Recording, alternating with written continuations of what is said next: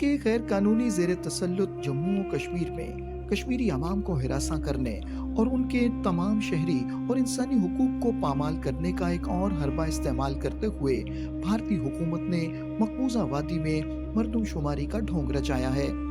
इस काम की जिम्मेदारी जम्मू और कश्मीर पुलिस को सौंपी गई है। Jammu and Kashmir police are conducting a census in the valley which asks people their names and phone numbers, and also if a family member has any terror links. Now police have delivered these forms to local residents and have different formats from one police station to the another.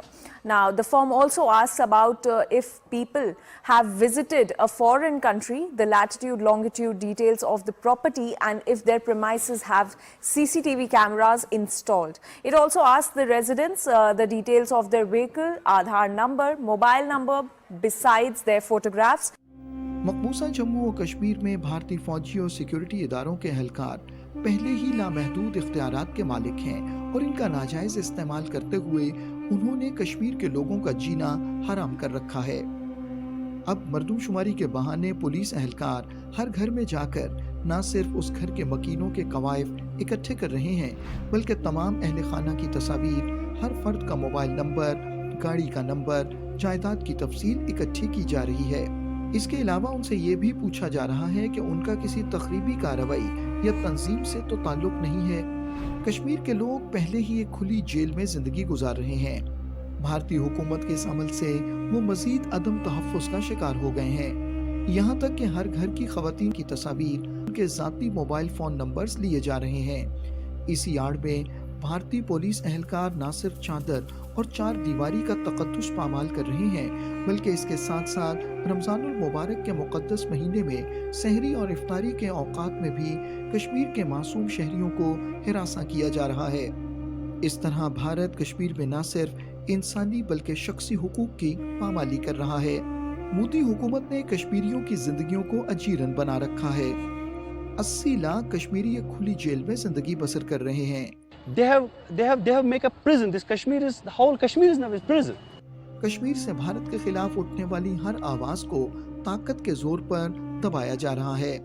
जो 2019 में जो यहाँ हालात बने हैं, तब से लेके आज तक जो लोगों के ऊपर यहाँ जुल्म सितम हो रहे हैं, जो लोगों को खामोश किया गया है, समझ लीजिए जो एक कब्रिस्तान में तो कम से कम या शमशान घाट में आप लोगों की सिसकियाँ सुनते हैं, रोने की आवाज़ सुनते हैं, यहाँ उस आवाज़ को भी बंद किया गया है। हुकूमत हिंदुस्तान कश्मीर पर अपने नाजायज कब्जे को बरकरार रखने के लिए हर नाजायज और गैर इंसानी हरबा इस्तेमाल कर चुकी है, लेकिन गयूर कश्मीरी भी भारत से आज़ादी हासिल करने का अज़्म मुसम्मम कर चुके हैं। कश्मीरी भारत के हर गैर इंसानी हथकंडे को नाकाम बना रहे हैं। अपनी नाकामियों के बायस भारतीय हुकूमत हवास खो बैठी है और कश्मीरियों पर जुल्म की इंतहा कर रही है।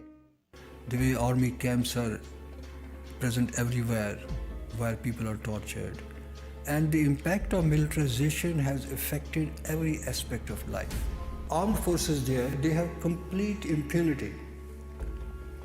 There's a legislation called the Armed Forces Special Powers Act, wherein that the army personnel, whatever they do, they rape, they disappear, they murder, they torture people there randomly, and then they cannot be prosecuted.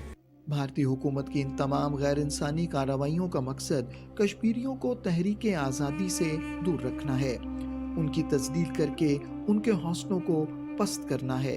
लेकिन गुज़श्ता 76 बरस के भारतीय मज़ालिम में मुसलसल इजाफे और गैर इंसानी हथकंडों के बावजूद कश्मीरी अवाम ने न तो हिम्मत हारी है और न ही अपने हक के खुदइरादियत के मुतालबे से दस्तबरदार हुए हैं।